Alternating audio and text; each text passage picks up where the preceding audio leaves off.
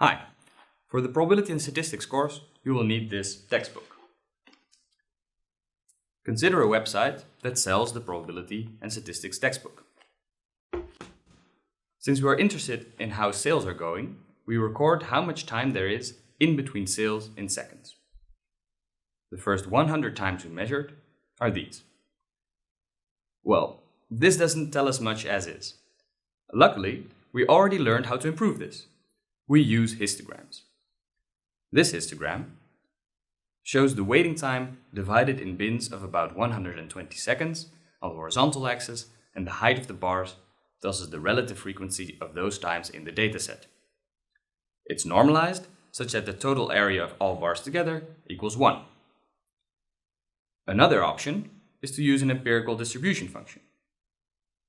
Here, the horizontal axis again shows the time, and the height of the graph indicates the proportion of data points with equal or lower value.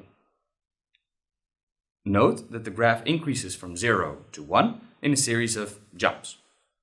Each jump representing a data point and giving an increase of 1 over 100. If 2 data points would coincide, the jump would give an increase of 2 over 100, and so on. Here are the two graphs side by side. Note how the height of the histogram corresponds to how much the empirical distribution function increases. We know that waiting times are often modeled by an exponential distribution. Here we see how that works in practice.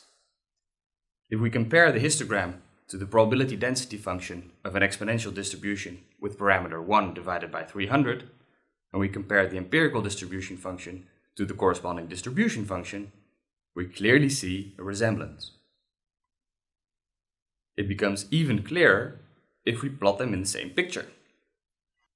Indeed, this makes sense since each data point can be seen as the realization of a random variable with this distribution.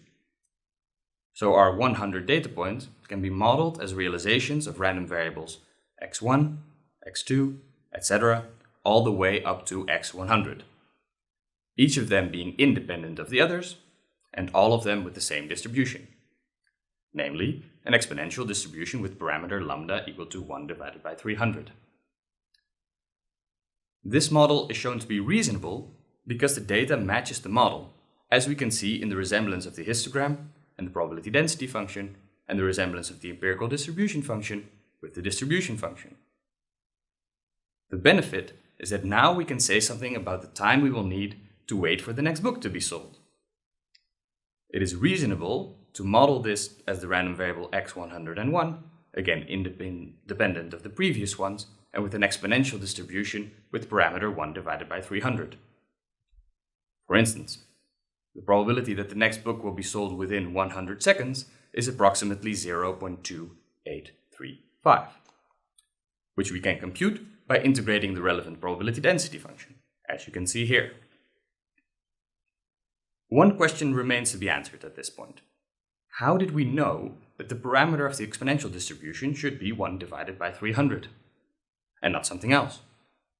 For instance, taking the parameter 1 divided by 200, or 1 divided by 400, would not give such a bad fit to the histogram, as you can see here, nor to the empirical distribution function, as you can see here.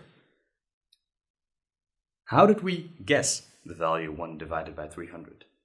This guessing is called estimation in statistics.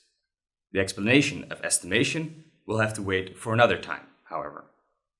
For now, make sure to contemplate the material we just covered, and good luck with the exercises. Goodbye.